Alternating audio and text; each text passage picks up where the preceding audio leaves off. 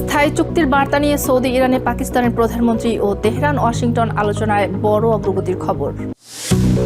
Israeli জেদ বনাম হিজবুল্লাহর প্রতিরোধ, অনিশ্চয়তায় বৈরুত তেল আভিভ শান্তি আলোচনা। রাজনৈতিক সংকটের মুখে ইসরায়েলের প্রধানমন্ত্রী নেতানিয়াহু, দেশটিতে জনসমর্থন নেমে এসেছে 34%। লোহিত সাগর অবরোধের হুমকি ইরানের, সেন্ট ককমের ব্লকের দাবির মুখেই হরমুজ পার হলো 20 জাহাজ। গাজায় ইসরায়েলি হামলায় নিহত 5, নামমাত্র যুদ্ধবিরতির নেই বাস্তবিক প্রয়োগ। মধ্যপ্রাচ্যের রাজনৈতিক অর্থনৈতিক সহ সবশেষ খবরাখবর আপনাদের সামনে এক নজর তুলে ধরছি আমি তাসমিয়া টুপা।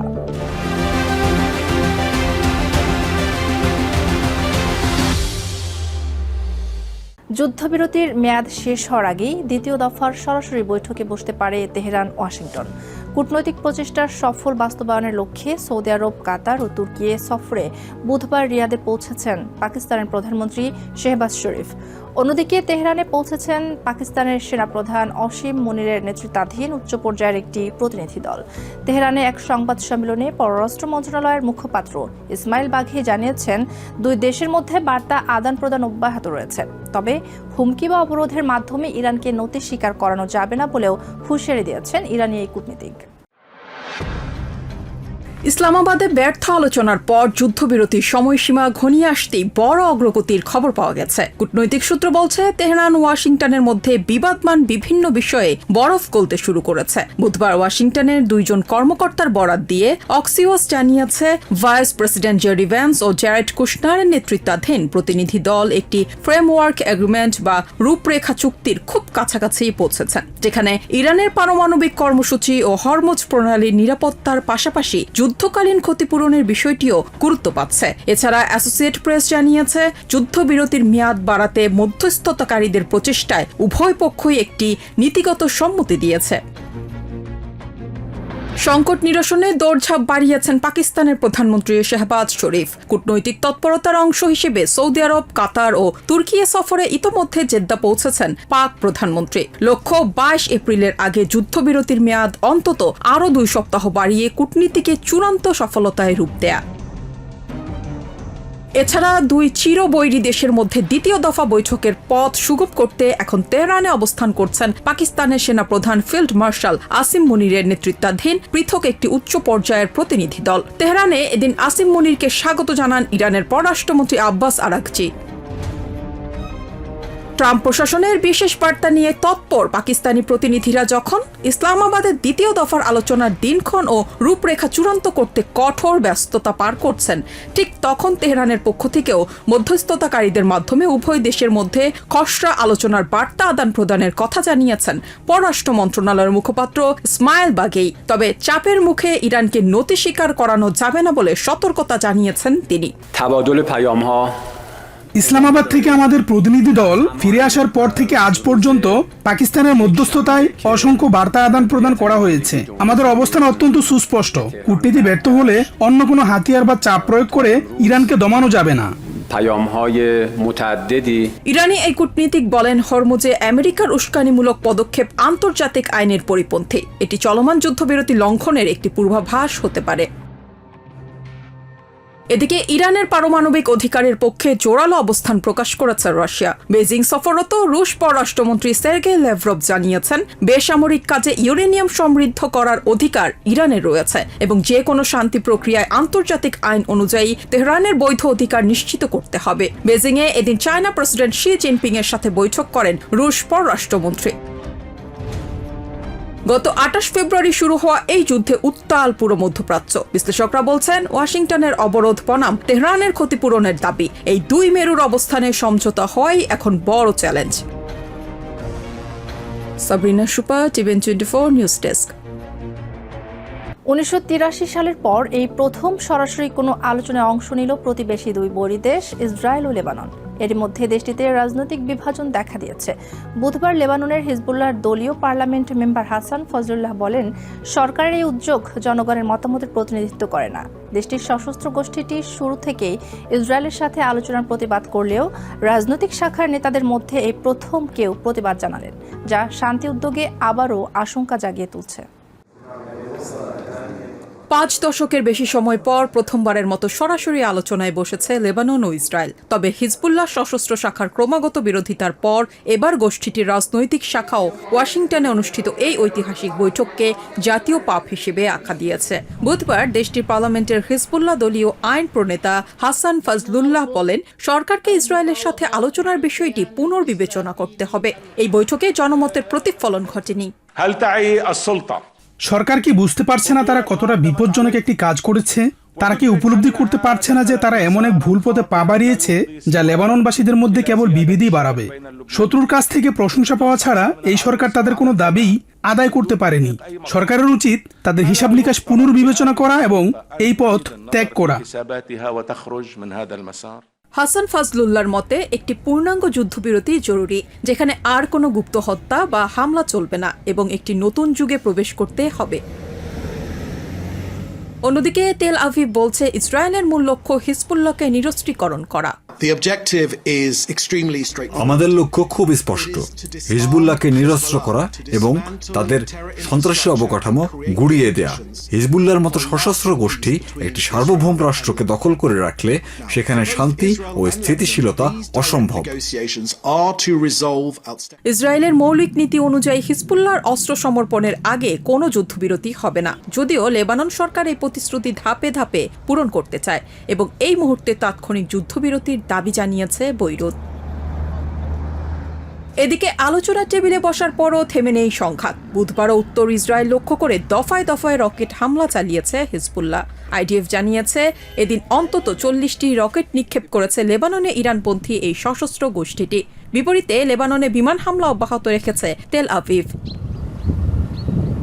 1948 সালে ইসরায়েল রাষ্ট্র প্রতিষ্ঠার পর থেকে বৈরী অবস্থানে থাকা দুই প্রতিবেশী দেশের এটি বিরল কূটনৈতিক তৎপরতা। স্টেট সেক্রেটারি মার্কো রুবিওর মধ্যস্থতায় ওয়াশিংটনে বৈঠকে বসেন দুই দেশের প্রতিনিধিরা। এর আগে 1983 সালে দুই দেশের মধ্যে একটি শান্তি চুক্তি হলেও সেটি হিজবুল্লাহর বাধার মুখে ভেস্তে যায়। গত 2 মার্চ থেকে শুরু হওয়া এই সংঘাতের জেরে এখন পর্যন্ত লেবাননে প্রাণ হারিয়েছেন 2000-এর বেশি মানুষ, আর বাস্তুচ্যুত হয়েছেন অন্তত 1 মিলিয়নেরও বেশি।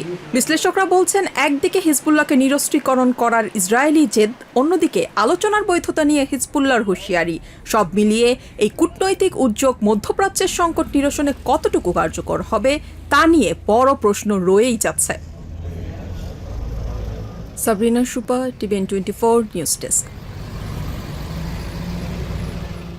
ইরান যুদ্ধের 1.5 মাস পেরিয়ে গেলেও সামরিক সাফল্যকে রাজনৈতিক বিজয়ে রূপ দিতে পারছেন না ইসরায়েলি প্রধানমন্ত্রী বেঞ্জামিন নেতানিয়াহু। একদিকে ইরানের শাসন ব্যবস্থা দুর্বল করার দাবি, অন্যদিকে খোদ ইসরায়েলের ভেতরেই বাড়ছে জন অসন্তোষ। জনমত জরিপ বলছে অধিকাংশ ইসরায়েলি এখন এই যুদ্ধকে নেতানিয়াহুর ব্যর্থতা হিসেবে দেখছেন। বিশ্লেষকরা বলছেন, যুদ্ধ করে সমর্থন বাড়ানোর কৌশলে বড় ধরনের হোঁচট খেয়েছেন নেতানিয়াহু। 6 সপ্তাহ পেরিয়ে গেছে ইরান যুদ্ধের। তেহরানকে এক হাত দেখে নেয়ার যে প্রত্যয় নিয়ে ইসরায়েলের প্রধানমন্ত্রী বেঞ্জামিন নেতানিয়াহু মাঠে নেমেছিলেন, 1.5 মাস পর এখন তার নিজের গদি টালমাটাল। সামরিক দাপট থাকলেও ইসরায়েলের রাজপথে এখন একটাই দাবি, যুদ্ধের অবসান এবং নেতানিয়াহুর পদত্যাগ। রাজনৈতিক বিশ্লেষকদের মতে ইরান যুদ্ধের সত্যিকারের পরিস্থিতি নেতানিয়াহু সরকার গোপন করেছে। সাধারণ মানুষ প্রকৃত খবর কোনোভাবেই জানতে পারছে না। এমনকি সরকারের প্রচার করা তথ্য সাধারণ মানুষ বিশ্বাস করছে না বলেও দাবি বিশ্লেষকদের। ইসরায়েলি জনগণের 70% বিশ্বাস করে না যে তারা যুদ্ধের আসল পরিস্থিতি জানতে পারছে। প্রধানমন্ত্রী যখন বলেন ইরান আগের চেয়ে দুর্বল, তখন মাত্র 15% মানুষ তা বিশ্বাস করেন। এমনকি সরকারের কট্টর সমর্থকদের মধ্যেও এমন গভীর অবিশ্বাস তৈরি হয়েছে। যুদ্ধের শুরুতেই নেতানিয়াহু ইরানিদের প্রতি আহ্বান জানিয়েছিলেন রাস্তায় নেমে শাসন ব্যবস্থা উপড়ে ফেলতে, কিন্তু বাস্তবতা ভিন্ন। ইউএস ইসরায়েলি বিমান হামলায় শীর্ষ নেতারা নিহত হলেও ইরান এখনও অনড়। কৌশলগতভাবে গুরুত্বপূর্ণ হরমুজ প্রণালী এখনও তেহরানের কবজায়। জেরুজালেমের হিব্রু ইউনিভার্সিটির সাম্প্রতিক জরিপ বলছে মাত্র 10% মানুষ মনে করেন যুদ্ধে নেতানিয়াহু সফল হয়েছেন। বিপরীতে 40% মানুষই একে চরম ব্যর্থতা হিসেবে দেখছেন। নেতানিয়াহু ভেবেছিলেন যুদ্ধের শুরুতে সবাই তাকে সমর্থন দেবে, কিন্তু যুদ্ধ যত দীর্ঘ হচ্ছে মূল্য তত বাড়ছে। পরিস্থিতি এখন জটিল। তিনি যদি এখন যুদ্ধ শেষ করেন তবে নিজের সমর্থকদেরও বড় একটি অংশ হারাবেন। পাকিস্তানের মধ্যস্থতায় হওয়া যুদ্ধবিরতি চুক্তির চূড়ান্ত পর্যায়ের আগে কোনো খবর পাননি ইসরায়েলি প্রধানমন্ত্রী। এই নিয়ে ক্ষুব্ধ নেতানিয়াহু।